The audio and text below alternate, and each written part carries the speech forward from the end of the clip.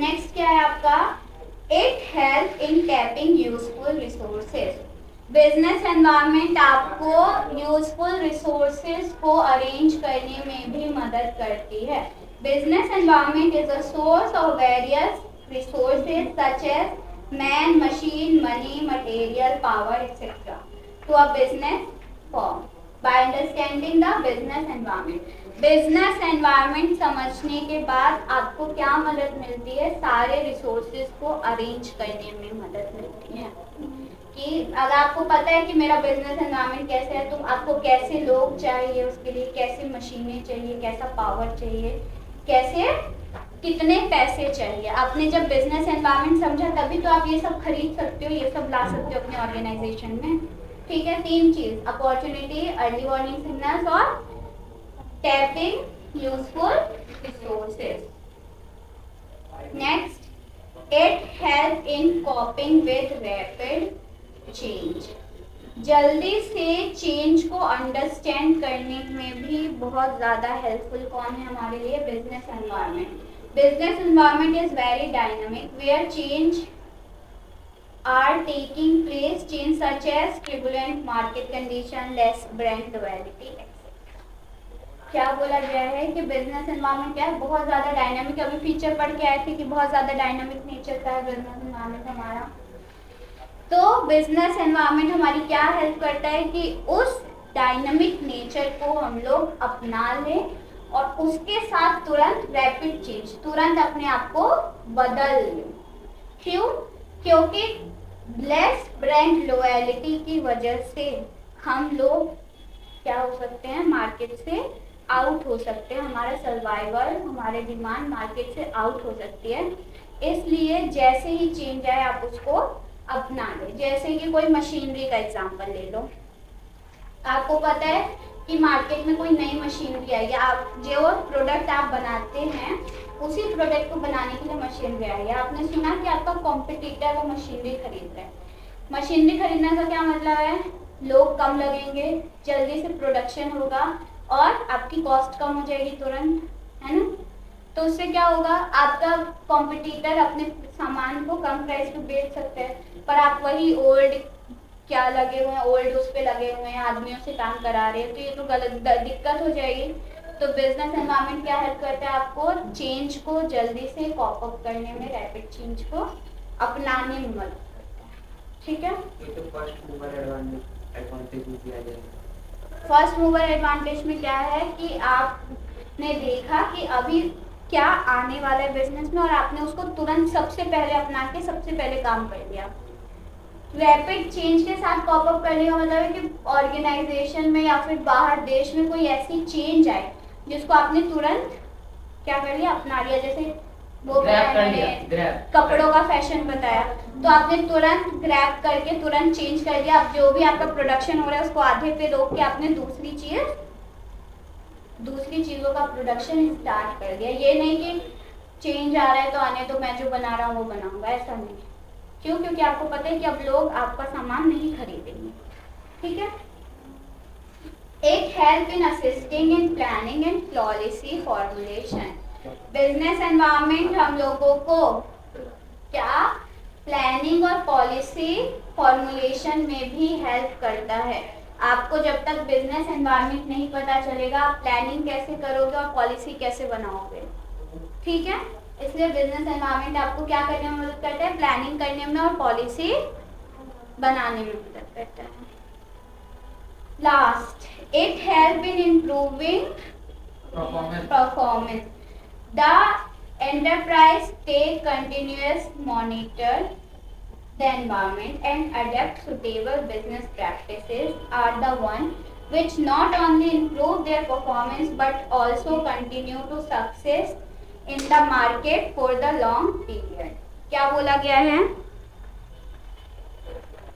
कि business environment पहला तो आपको प्लानिंग और पॉलिसी फॉर्मुलेशन में हेल्प करता है, दूसरा क्या हेल्प करता है, सक्सेसफुल होने में और परफॉर्मेंस में इंप्रूव होने में। अगर कोई ऑर्गेनाइजेशन डेली मतलब उसका एक रूटीन है कि वो बिजनेस एनवायरनमेंट को क्या करती है, स्टडी करती है, देखती हुई चलती है हर महीने 2 महीने में कि कौन सा ट्रेंड आ रहा है, क्या आ रहा है, कैसे लोगों की डिमांड चेंज हो रही है, लोगों का दिमाग किस तरीके से जा रहा है। अगर वो स्टडी करती है तो अपनी परफॉर्मेंस बेटर कर लेगी, फर्स्ट मूवर एडवांटेज अच्छे से ले सकती है, कॉप अप कर सकती है क्या करने रैपिड चेंजेस को, ठीक है। और उससे क्या होगा, परफॉर्मेंस तो उसकी अच्छी होगी ही, साथ में मार्केट में वो चलेगा भी, सक्सेसफुल भी रहेगा, ठीक है। इम्पोर्टेंस खत्म आपके। हमारे डायमेंशन चलो कहाँ चलो? कहीं नहीं चलो, दिमाग यहाँ रखो और सुनो। डायमेंशंस ऑफ बिजनेस एनवायरनमेंट, कितने डायमेंशंस है आपके? इकोनॉमिक, सोशल, टेक्नोलॉजिकल, पॉलिटिकल और लीगल, ठीक है। इकोनॉमिक से समझ में आ रहा है कि इकोनॉमिक से रिलेटेड है। Okay. Inflation, deflation. Yes, deflation. कीले, पैसा, ओ पैसा, ओ सिक्के, खुले सिक्के, रूपानी के सिक्के लाई हैं। नहीं अचानक चाबियां मिल गई हैं मुझे। किसकी? पता नहीं क्या क्वेश्चन है? तिजोरी की चाबी। इस चीज की तिजोरी की चाबी। हाँ, कल छुट्टी है। तुम्हें लोग नहीं पढ़ना चाहते हो, मैं आ सकती हूँ। नहीं, मैं पढ़ना पढ़ लेते छुट्टी नहीं चाहिए मुझे एक भी। अब मेरी तरफ से पहुंच जाएंगे, धोखा दे दिया तुम्हारे दोस्त। कल केस स्टडी करेंगे। तो नहीं आना। कल छुट्टी है क्या? अरे नहीं, प्रैक्टिकल है। हाँ, तुम लोग भी लगे रहोगे। चलो छोड़, हम संडे को पढ़ लेंगे, संडे को पढ़ लेंगे। मुझे नहीं पता, सब बता रहा था क्या है कर। ठीक है, संडे मैं को तो 2 बजे आ गया था, तब भी मैं तो इतनी नहीं आई, तब भी उठ के सर आया था, छुट्टी नहीं करनी। बहुत बहुत शुक्रिया आपका। इट्स भगवान आपको ज्यादा अच्छे नंबरों से पास करें। सबको बोलिए, सबको, आपको बोलो सबको, ठीक है। और नहीं, मेरी पर्सनली चॉकलेट मुझे का पर्सनली मत आना जब थक जाओ। दीदी मैं पढ़ना चाहूँ, मैं आऊँ। भाई दीदी थकी हुई होगी तो लेके आएंगी। दीदी खुद कैसे को पढ़ा सकती यार है? वोटिंग में तो दो आना ज्यादा बोल। संडे को पढ़ लेंगे, चिंता मत करो। देखो मैं 2 घंटे निकलूंगा, पेट है मेरा। 2 घंटे मत करना, 1 घंटे पढ़ लोगे ना, कल के बदले पढ़ संडे को लोगे। पढ़ाते हैं ना संडे को। 50 रुपए काटू चलेगा? उसको बिरयानी मैं गलत पढ़ा दूं चलेगा? मुझे क्या पढ़ा दो, YouTube पे मैंने क्या चुपचाप सुन लो मेरी बात। Dimensions of business environment. Dimensions of business environment में सबसे पहला हम पढ़ेंगे इकोनॉमिक एनवायरनमेंट। इकोनॉमिक एनवायरनमेंट मतलब वो इंडिया की इकोनॉमी से रिलेटेड है। अगर उसमें कोई चेंजेस आता है, जैसे रेट ऑफ इंटरेस्ट में चेंजेस आते हैं, इन्फ्लेशन रेट में, या फिर लोगों की डिस्पोजल इनकम में, या मॉनेटरी पॉलिसी में कोई चेंज आता है, जैसे डिमोनेटाइजेशन, मॉनेटरी पॉलिसी में चेंज ही तो हुआ, वो क्या है हम लोगों का इकोनॉमिक एनवायरनमेंट में चेंजेस आना होता है उसका, ठीक है। ये आपके बिजनेस को अच्छी तरीके से अफेक्ट कर सकते हैं। अच्छी तरीके से का मतलब कि अगर इकोनॉमी में इन्फ्लेशन हो गया, या मान लो कि आपके स्टॉक के प्राइसेस गिर गए, ये भी इकोनॉमी का पार्ट है। या फिर क्या हो गया, कोई मॉनेटरी पॉलिसी चेंज हो गई, जैसे 2000 के नोट बंद हो गए, 1500 के नोट बंद हो गए, उसकी वजह से कुछ ऐसा हो गया। या रेट ऑफ इंटरेस्ट में चेंजेस हो गए, मतलब आप अभी लोन लेने ही वाले थे कहीं से, बैंक वगैरह से, और अचानक से रेट ऑफ इंटरेस्ट बढ़ गया उससे, तो आपके उसके लिए दिक्कत है, आपके बिजनेस के लिए दिक्कत है। तो ये होता है हम लोगों का कि इकोनॉमिक एनवायरनमेंट की वजह से बिजनेस अफेक्ट करना, ठीक है। डायमेंशन में हम लोग ये पढ़ रहे हैं कि कौन कौन से कारणों से हमारा बिजनेस अफेक्ट होगा। तो पहला इकोनॉमिक पढ़ लिया हम लोगों ने। इन्फ्लेशन भी आता है ना? हाँ, इन्फ्लेशन, डिफ्लेशन। इन्फ्लेशन मतलब कि अचानक से महंगाई बढ़ जाना, इन्फ्लेशन महंगाई होता है। महंगाई बढ़ जाना में, जैसे इंटरेस्ट रेट बढ़ जाना, महंगाई बढ़ जाना, लोगों सामान, क्यों? क्योंकि कैश का वो ट्रांजैक्शन कम हो गया, सर्कुलेशन कम हो गया, इस वजह से इन्फ्लेशन हो जाना, ठीक है। नेक्स्ट आते हैं हम लोगों का सोशल एनवायरनमेंट। सोशल एनवायरनमेंट को एक छोटे से एग्जांपल से समझो कि किसी सोसाइटी, किसी रिलीजन, किसी के लाइफस्टाइल की वजह से आपके बिजनेस में चेंज आ जाना। जैसे कि आपकी होली, दिवाली, ईद आती है, इसकी वजह से कपड़ों की सेलिंग ज़्यादा हो जाती है, मिठाइयों की सेलिंग ज़्यादा हो जाती है ना। तो क्या हो गया, सोशल एनवायरनमेंट की वजह से आपके बिजनेस को अफेक्ट करना, इसे कहते हैं हम लोग। कि जैसे कोई त्योहार की वजह से आपका जैसे प्राइस अच्छा खासा चला गया, डिमांड अच्छी खासी चली गई आपकी, या फिर और भी सोशल एनवायरनमेंट की चीज़ें, जैसे वो क्या कहते हैं उसको, एजुकेशन ऑफ गर्ल वगैरह, ये भी सोशल एनवायरनमेंट के अंदर। जैसे आपने क्या किया, मैंने पढ़ाया था कि सोशल वैल्यूज के अंदर आपने अपने ऑर्गेनाइजेशन की तरफ से लड़कियों को फ्री मुफ्त में पढ़ाना शुरू करवा दिया। तो ये सब की वजह से भी लोग आपके ऑर्गेनाइजेशन को अच्छा समझेंगे और उसे क्या सपोर्ट करेंगे। जैसे आप लोगों ने एक वो सुना होगा, क्या? एक तेल का ऐड आता है, बिहार शांति अमला, जिसका 10% है बच्चों की पढ़ाई हाँ, के लिए। लड़कियों की पढ़ाई के ऊपर इनकी बिहार शिक्षा शांति के अमला का, ठीक है। तो 10% वो क्या कर रहे हैं, लड़कियों की पढ़ाई के लिए वो कर रहे हैं। तो इससे क्या हो रहा है, उनके सोशल एनवायरनमेंट पे इफेक्ट आ रहा है, सोसाइटी की वजह से बिजनेस पे इफेक्ट आ रहा है। लोग क्या करेंगे, जो लोग खरीदते हैं वो ज़्यादा खरीदने लगेंगे, या फिर जो नहीं खरीदते वो खरीदने लगेंगे कि ऐसे ही दान में पैसे दे देते हैं, हमारे 10% है।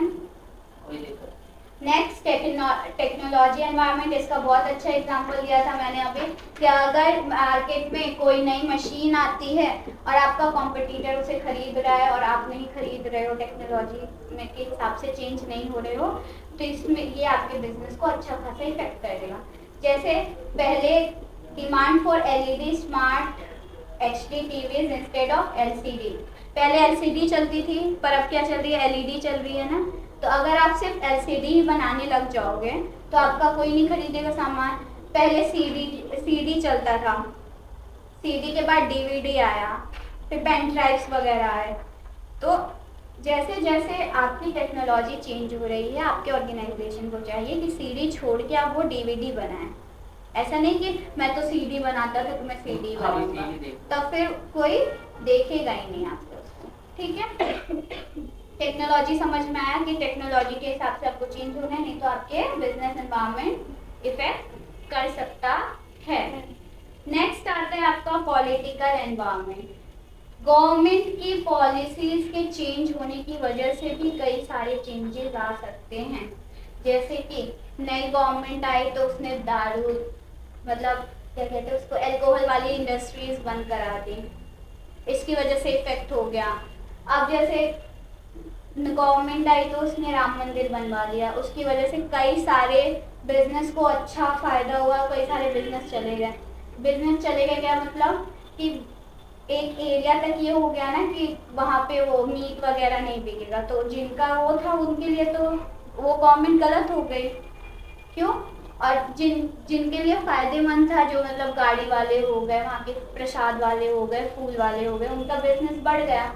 तो ये गवर्नमेंट पॉलिटिकल फैक्टर भी है कि पॉलिटिक्स की वजह से भी आपके बिजनेस को इफेक्ट हो सकता है। किसी के लिए वो अच्छा हो सकता है और किसी के लिए वो बुरा हो सकता है, ठीक है।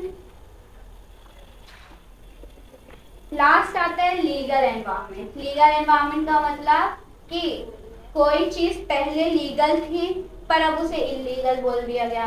पहले जैसे बिहार में शराब लीगल थी पर अब इलीगल हो गई, अगर आप बनाओगे तो आप जेल में जाओगे, ठीक है।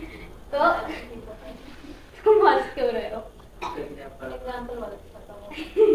एग्जाम्पल अच्छा नहीं था, मतलब समझ में आना चाहिए आपको कि कई बार ऐसा हो सकता है कि किसी सर भी बिहार का एग्जांपल लेते हैं, आप भी बिहार क्योंकि वहीं बंद हुआ है ना, तो मैं कहाँ का एग्जांपल लूं और कहाँ शराब बंद हुई है? बिहार का एग्जांपल लेते हैं, कई जगह बिहार में वो ये वो तो ये इसलिए मैंने लिया था क्योंकि वहीं पे शराब की बंदी हुई है, वहीं पे वो चीज इलीगल हुई है, इसलिए बोला मैंने, ठीक है। और तुम बता दो कौन से उसमें हुई है, तुम्हें वो नाम दे। इतना पता होता है शराबी और लीगल इलीगल और क्या इलीगल, मतलब हाँ तो एग्जांपल तुम ही लोग दोगे ना, तो बताओ। मैंने तो देखा कुछ नहीं कहूँगा। क्या कहा मैंने कि बहुत सारी चीजें पहले इलीगल थी, फिर कोई लॉ, कोई लेजिस्लेचर में चेंज आने की वजह से वो इलीगल हो सकती है, जिसका यूज करना आपके लिए गलत हो सकता है। ठीक है, तो उसकी वजह से भी आपके बिजनेस को इफेक्ट हो सकता है। ठीक है,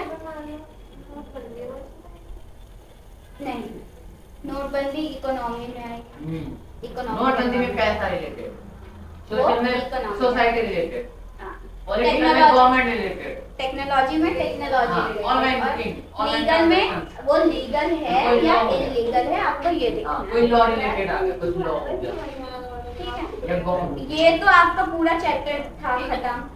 एक और टॉपिक है आपका डिमोनेटाइजेशन। बताओ डिमोनेटाइजेशन कब हुआ था? 8 नवंबर 2016।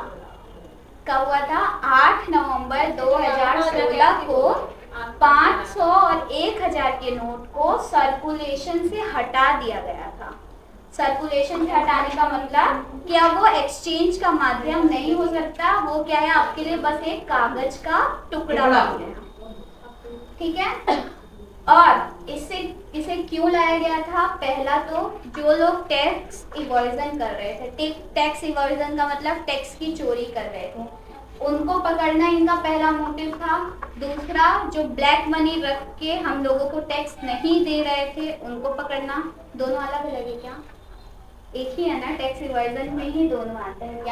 क्या आपने ब्लैक मनी रख ली है और आप टैक्स नहीं दे रहे हो, टैक्स की चोरी कर रहे हो। इसकी वजह से इस चीज को रोकने के लिए गवर्नमेंट ने 500 और 1000 के नोट को क्या कर दिया? बंद करवा दिया था। ठीक है, और क्या क्या फायदे हुए थे इससे, नोटबंदी कराने से? नोटबंदी तभी काले धन होते हैं। वो तो काला धन क्यों निकलवाना चाहती थी गवर्नमेंट? हाँ, क्योंकि वो टैक्स की चोरी कर रहे थे, टैक्स बचा रहे थे अपना, जो भी उनका टैक्स देना चाहिए था वो नहीं दे रहे थे। खत्म। खत्म।